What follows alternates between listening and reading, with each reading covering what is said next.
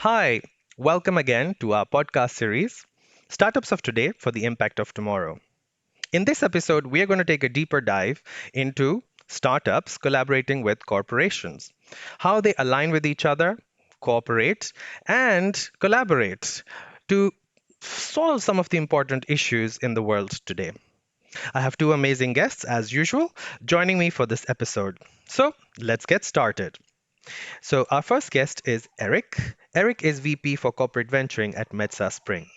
So, Erik, welcome to this episode. And more importantly, Metsa is a big group. How come they have a role for corporate venturing? Please do tell us about yourself and your role in the company. First of all, thank you very much for the invitation, Abhijeet. It's a great pleasure to be here to discuss with you. Metsa indeed is a big company, very large Finnish-based forest industry company. We have operations, sales in over 30 countries. We're the largest softwood market pulp producer in the world. We also produce various different products from paperboard to tissue paper to pulp to sawn wood, sawn timber, plywood, and then we have also services to forest owners. But the unit that I'm coming from is an innovation company, Metsa Spring. So what the purpose of Metsa Spring is to invest in startup companies, coordinate the R&D activities, and carry out internal demo projects, which is in essence, you could think these as internal startups. And the main idea behind the innovation company is, of course, to drive the innovation, find new partners, new ideas, new ways to operate to make the company more innovative. Great, thank you. And we also have another guest, that's Trygve. Trygve is the CEO of Wenn. So, Trygve, how come you decided to found this company and what's Wenn bringing as new innovation to the world? Well, first of all, Abhijeet, thank you for inviting me. Really interesting topic for today. Um, I've actually spent most of my professional career with larger companies, and I think everybody should try a bit of both worlds to experience the force of a large organization and the agility of smaller organizations. There are big pros and cons of both worlds. Venn is a scale-up company based in Stavanger, Norway. We we've developed technology to detect damage on cars based on computer vision and machine learning. And you can imagine, for example, for car rental, we solve the problem around damage where we can document the exact state of the car when you pick up the car for your benefit as a customer. And then we do the same when the car returns, and we take away a conflict around damage. So instead of a fight around who caused it, it's fully documented and it's a benefit for the car rental company and for the customer. So that's in short what we do. Um, Personally, I find the agility of small companies where you can sit together as a team, you can decide what you want to do, and you go out and you do it on the same day. You don't get that in large companies. Great. Thank you for that introduction, Trygve. So, as our audience can make out, we would love to have the perspectives from both sides when startups and corporations decide to cooperate with each other and to collaborate and co-create. What are the things to keep in mind? During this episode, we'll be using the word startup to mean all kinds of startup, early stage, late stage, or even scale ups. And when we refer to corporations, we refer to big, well-established companies. But getting into that discussion, Trygve, I like to come back to the point that you just made. You actually have worked in big companies, and then you decided to found your own company. So one question that some of our audience would have is, well, why, if you have new innovation as a startup, do startups sometimes need to partner with big companies? Well, I think first of all, because they are potentially big customers. As a small company, you want sort of a large customer to buy your products or services. So that's where it all starts. And there are benefits in the sort of uh, the innovation power in small companies joining up with the sort of power and business content of larger companies in many different ways. But I think uh, for us, it starts off with a business potential in that cooperation. So, what would you say that when a startup and a large corporation decide to align together, either to develop a product or take it further or take some innovation forward, what is it, in your opinion, that a large corporation brings to the table? Well, first of all, you can access, for example, data. You can access sort of real problems where you can test your technology in a real setting, and it can bring skills and even capital into the equation. Great. So, Eric, I'm going to ask you the same question, but from a different angle. Big companies, I would imagine, would, spend a lot of money and resources on innovation. What's the benefit for a large corporation to actually sometimes partner with startups for the innovation that you need? If we think of big corporations, there are different objectives why partnering with startups. But one of the key factors is the innovativeness and the ideas that come through the collaboration and working together with startups. Startups are very agile. They have ideas. They have ideas also outside the core strategic areas of the corporation. So when corporations like Metsa Group want to create ecosystems around themselves, they can partner with startups that can create new products, for example, from our side stream. So coming back to the question, one of the main thing relates to the innovativeness, collaboration in product development and working together to find new ways how to advance the business. Okay, thanks for that. Now, that seems all logical, but I imagine for a big company, when you are looking for the right startup for the innovation, you have to be pretty selective, and you might have certain criteria based on, how you select them. So, uh, how would you really go about selecting the startup? What is it exactly that's the most important for you when you are assessing them, when you're looking out for them?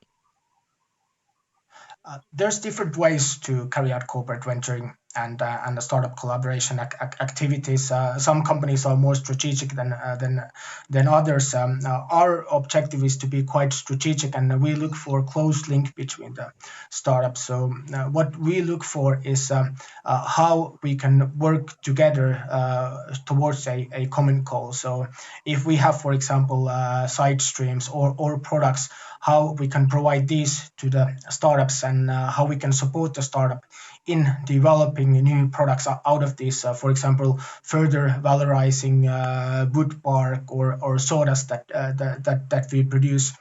We have a couple of investments in this space, and we see great opportunities there. And then looking at the startup itself, typical two things are the solution and then the team. Regarding the solution, how unique is the solution, how good is the technology, and how that solution addresses the need that we have, and how that helps us together to bring products to the market. And then another thing after the product is what is the team behind the startup, how capable they are, how can they execute their plans and lead to real success. So those are the main things. But then, of course, there are other aspects that we look at regarding the market. IPRs are protected and so forth. But if I would sort of put two things on a pedestal, that would be the product slash technology and how it addresses the need,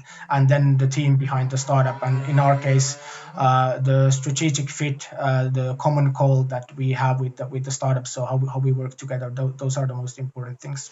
So that definitely resonates with me. But what I find really interesting is that you look at the team. So, like, what is it about the team when you are assessing a startup? that is important for you, or what could be potential red flags? If we think of the team, the type of startups that we typically look at, they relate to material technologies.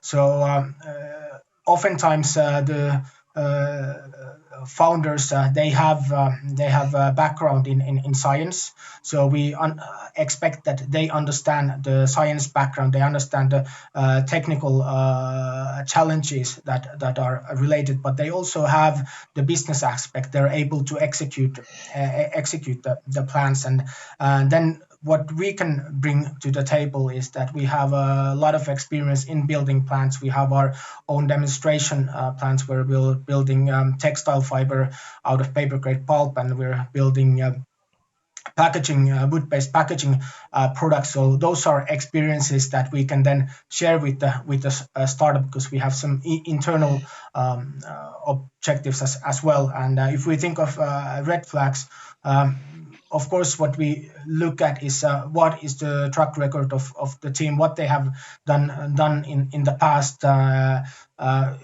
if they have a strong technical know-how, if they have shown good technical skills, those are important things. And if there are red flags, those then relate to how would I say, to the background checks that where we do that. There's people that we don't think they operate according to our values. So those are things that we look at.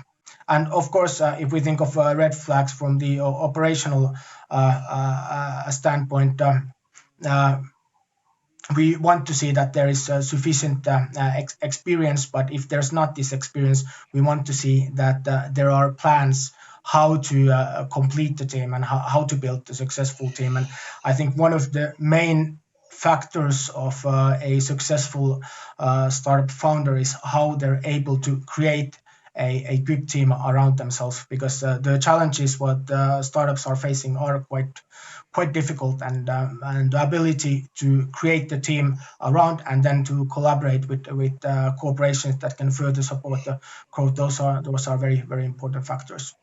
Thanks again. So, does that resonate with you, Trygve, in the discussions you've had when you have tried to partner with companies? Is that the same way that they sort of look at you and do background checks on your team? Yeah, um, we'd be very happy if they did. That's, but I think the key. I'd like to go back to something Erik said a little while ago, which is sort of the technology itself, or what I experience is that a startup needs to be crystal clear on what problem you solve. What is the value proposition you're offering? I tend to ask a question to other when I talk to other startup companies. I tend to ask them, who are you going to send the invoice to, and what is it going to say on that invoice? Those are very simple questions, but they are very, very hard to answer for a company in a startup phase. But to be extremely clear on what problem you solve and what value you present to a large company, that's where it all starts. The whole sort of innovation space inherently requires a bit of trial and error. You have to try a few things. Some things will succeed, some things will not. To increase your chance of success, being absolutely clear from day one, this is the problem we solve. There may be 10 other problems to solve later on, but you need to have that one to start with.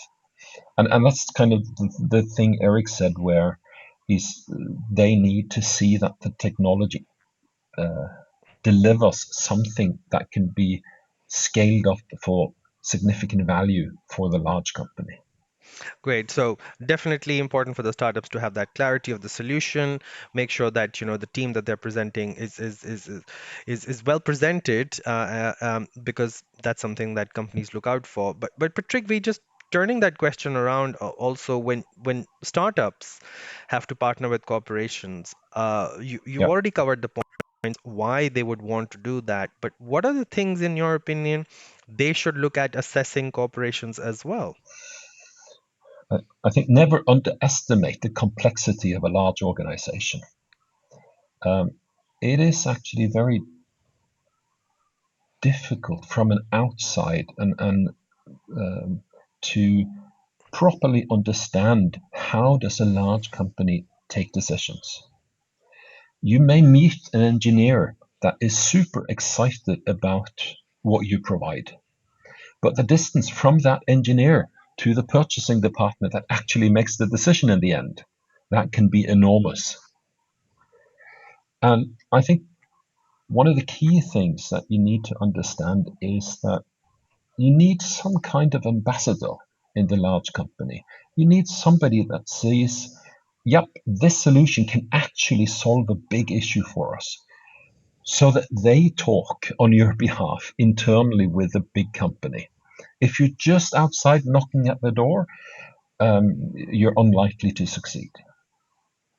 And in your like opinion, like what would you advise how to get that ambassador? Like what would be the Well, way that a startup it goes all about? boils down to having uh, a solution that addresses and solves a problem for that large company, and then getting somebody on the inside to understand that.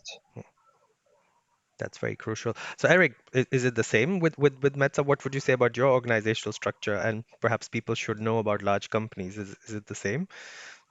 This what Trygve said very much resonates with me, and sort of one of the main objectives of our work at Metsa Group as an innovation company is to work as the ambassador or sort of this internal champion for the startup. As you can imagine, big corporations have very detailed processes how to take things forward, and those are designed oftentimes to how to work with other big corporations. Then once you're entering in collaboration with a startup, the game is a little bit different. So once you have an ambassador who can help to grease the wheels a little bit, if you need to, for example, in our case, deliver samples or make product deliveries that are oftentimes planned for larger quantities, we are in the negotiations, then helping to make things run smoother, how to create processes that these deliveries can be made quickly, and they can made with smaller companies, and then we can help to establish practices that in the future, when similar cases arise, the company can operate more dynamically and more with more agility. So I totally agree with Trygve regarding the matter of having an internal ambassador, and as Trygve mentioned, the key motivation here is how the startup can help to address a problem that exists. And I also very much agree on the fact of having a very focused strategy. Oftentimes, there are a lot of opportunities that the startups can embark on, but once you have a clear proposition what you first focus on, it is then easier for the corporation to understand that and how we can work towards that using that solution. If we start discussing about 10 different opportunities at once, then it becomes a little bit more ambiguous. So having a focus and having a clear solution to a need, and then creating this relationship. And from a corporate standpoint, I would say that the cooperation with the Metsa Group department is a lot helper if you do it through us as an innovation company. We can help and participate in the discussions. So definitely that laser focus is important.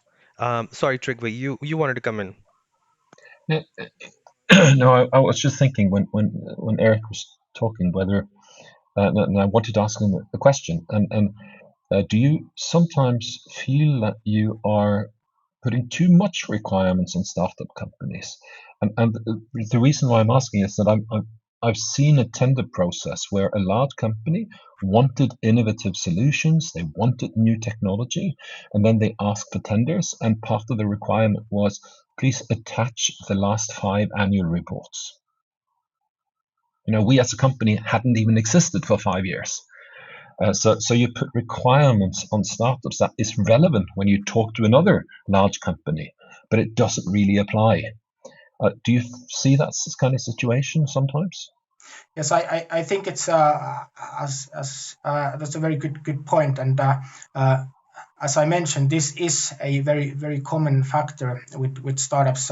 One of the key concerns has come up through those discussions is the procurement process. For example, that the procurement process has been oftentimes focused very much on large corporations, and then it's harder for smaller companies and startups to comply with all the requirements. So in that case, also, if you have these internal ambassadors, they can explain and bring the sort of what is the startup mindset, what are the startup realities, and then they can discuss with the purchasing department and sort of grease the wheels how to get this project going forward. So it's important to get the buy-in, but it's not only the buy-in from the ambassador that you have, but also the buy-in from the business department itself. So Hmm. we are the innovation company, and we can help with the practical matters, how to organize the collaboration. But then another factor is that there needs to be this buy-in from the business area, that this really helps to solve the problems. And when there is a strong will, that also helps to get things done quicker and more smoothly. Hmm. So I definitely see the point of the collaboration works well when there is laser focus and there's an internal ambassador in the large company who understands the value that the startup is bringing in. But coming to this whole issue of navigating the organizational structure of a large corporation, how is it that a startup can take time to understand the complexity of a large organization and perhaps their processes? Is it always through the ambassador, or is there anything else that the startup could do? Perhaps Trygve, I mean, from your experience, would you have any recommendations? Um, it is actually one of the largest challenges in working with as a startup company and working with large corporations, to really understand the ins and outs of decision making processes.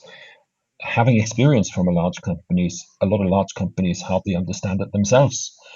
Uh, but to really um, investigate when you're talking to the engineer or the one that is interested in your product, keep asking those questions.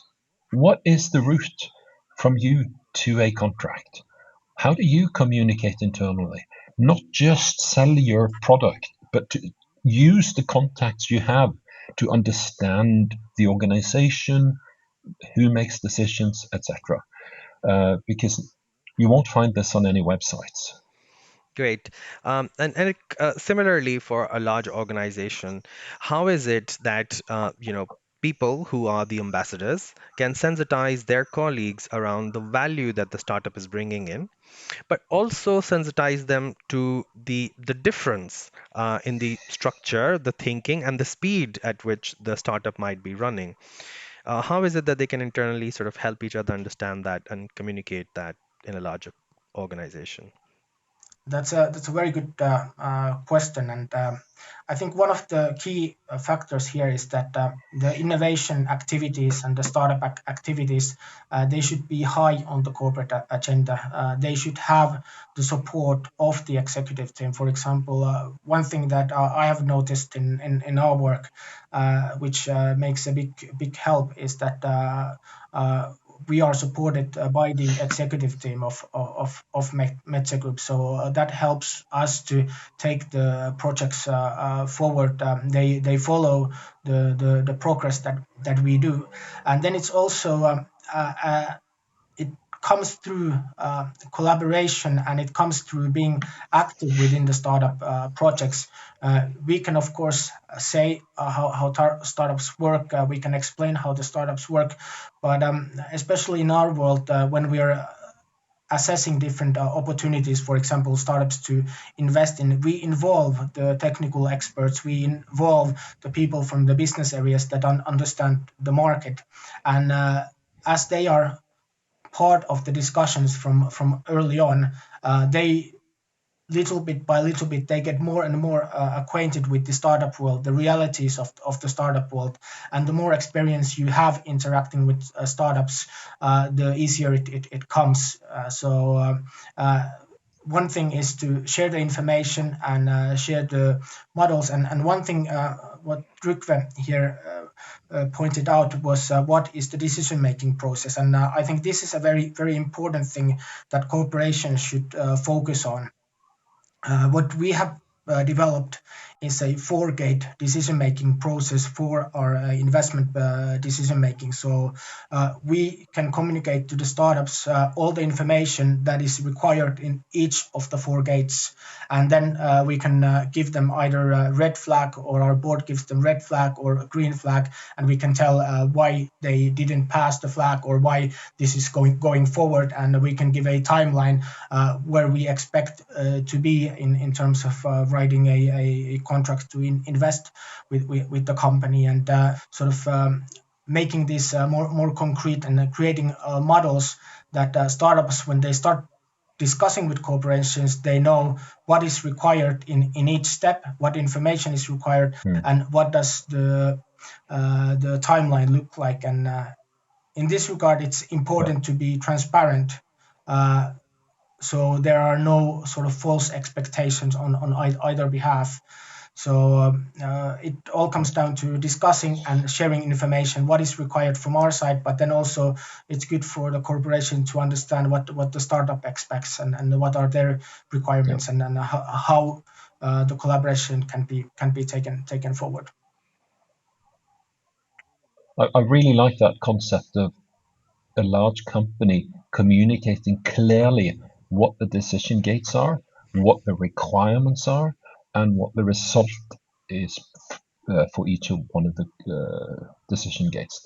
That concept makes life a lot easier for startups. Some organizations do not do that. As a startup, you either get um, feedback that they want to go ahead, or you get silence, Great. which is not a very good way of running the process. Of course. So, well, we are nearing towards the end. So, Trygve and Erik, I'd like you to end with one question that I'm going to ask the two of you, is to think back on your experiences of, company, a large company collaborating with a startup. It could be, your examples and your organizations, or it could be somewhere else. But if you could tell me one keyword which defined a successful collaboration, what would that word be for you? So I'm going to start with Trygve. If you have one word which describes a successful collaboration between the two. Always difficult to limit something to one word, uh, but the, I, I think back to my original point of focus. I think that's the core. That's where it starts. Understanding which problem do you solve and how do you create value for your customer. You almost need to understand the effect on your customer's business or your partner's business better than he does himself. If you can do that through focus, that is the recipe for success. Brilliant. So focus. And Eric, what would you say would be the key word there?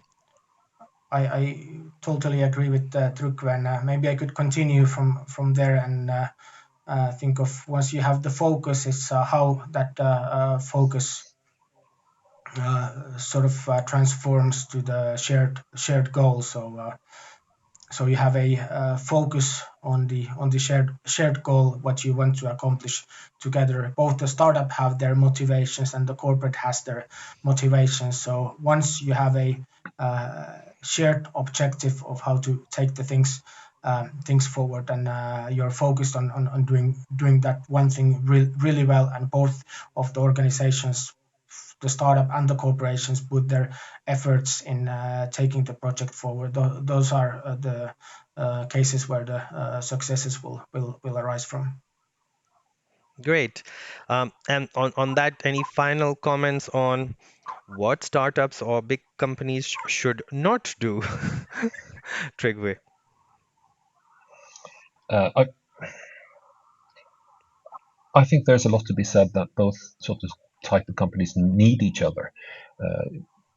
But if the initial dialogues ends up in an unpaid pilot project, I think that's something to be avoided. I think normally the outcome of that, or it's very unlikely that you end up as partners. It's even unlikely that you end up in a situation where the large company takes your ideas and runs off with it. So that would be my sort of thoughts on that issue. Great. And what about you, Erik? I believe it's not entering in collaboration without both parties being fully invested in the collaboration. It's important that both parties to be fully invested in, and one way how to do this is for the corporations to invest in the startup companies. So then there's a common objective for the startups to really succeed. Mm-hmm. Thank you. So focus, have common goals, and make sure that both sides are fully invested. That's the recipe, or seems to be the recipe for success for collaboration between startups and corporations. I'd like to thank my guests again, Trygve and Erik, for joining today and sharing your views. To our viewers, join us next time for amazing stories like this around startups of today for the impact of tomorrow. And if you want to know when our next episode is dropping, make sure to subscribe. Thank you and see you next time. Thank you. Thank you.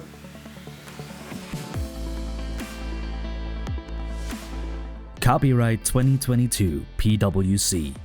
All rights reserved. PwC refers to the PwC network and/or one or more of its member firms, each of which is a separate legal entity. Please see www.pwc.com/structure for further details.